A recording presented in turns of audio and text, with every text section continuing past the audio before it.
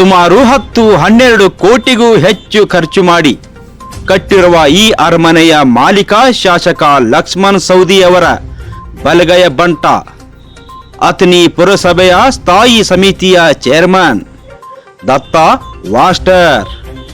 ಇಷ್ಟೆಲ್ಲ ಖರ್ಚು ಮಾಡಿ ಕಟ್ಟಿರುವ ಈ ಅರಮನೆಯ ವಾಸ್ತು ಶಾಂತಿಗೆ ಬರದಿಂದ ಸಿದ್ಧತೆಗಳು ಸಾಗಿದ್ದು, ಅರಮನೆಯ ಮುಂದಿನ ಆವರಣದ ಸ್ವಚ್ಛತೆ, ನೆಲ ಸಮತಟ್ಟು ಮಾಡುವುದು ಸೇರಿದಂತೆ ಅನೇಕ ಕಾರ್ಯಗಳಿಗೆ ತನ್ನ ಅಧಿಕಾರವನ್ನು ದುರುಪಯೋಗ ಪಡಿಸಿಕೊಂಡು ಅಥಣಿ ಪುರಸಭೆಯ ಮುಗ್ಧ ಪೌರ ಕಾರ್ಮಿಕರನ್ನು ಬಳಸಿಕೊಂಡಿದ್ದಾನೆ.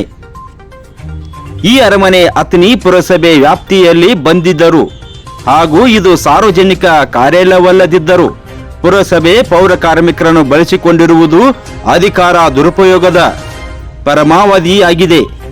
ಈ ಅಧಿಕಾರ ದುರುಪಯೋಗದ ಕುರಿತು ಶಾಸಕರು ತಮ್ಮ ಬಲಗೈ ಬಂಟನ ಕಿವಿ ಹಿಂಡಿ 4 ಬುದ್ಧಿ ಮಾತು ಹೇಳಿದರೆ ಒಳ್ಳೆಯದು ಹಾಗೂ ಇದಕ್ಕೆ ಸಹಕರಿಸಿದ ಅಧಿಕಾರಿಗಳು ಹಾಗೂ ಸ್ಥಾಯಿ ಸಮಿತಿ ಚೇರ್ಮನ್ ದತ್ತ ವಾಸ್ಟರ್ ಮೇಲೆ ಮೇಲಾಧಿಕಾರಿಗಳು ಕ್ರಮ ಕೈಗೊಳ್ಳುವವರೇ ಕಾದು ನೋಡಬೇಕಾಗಿದೆ.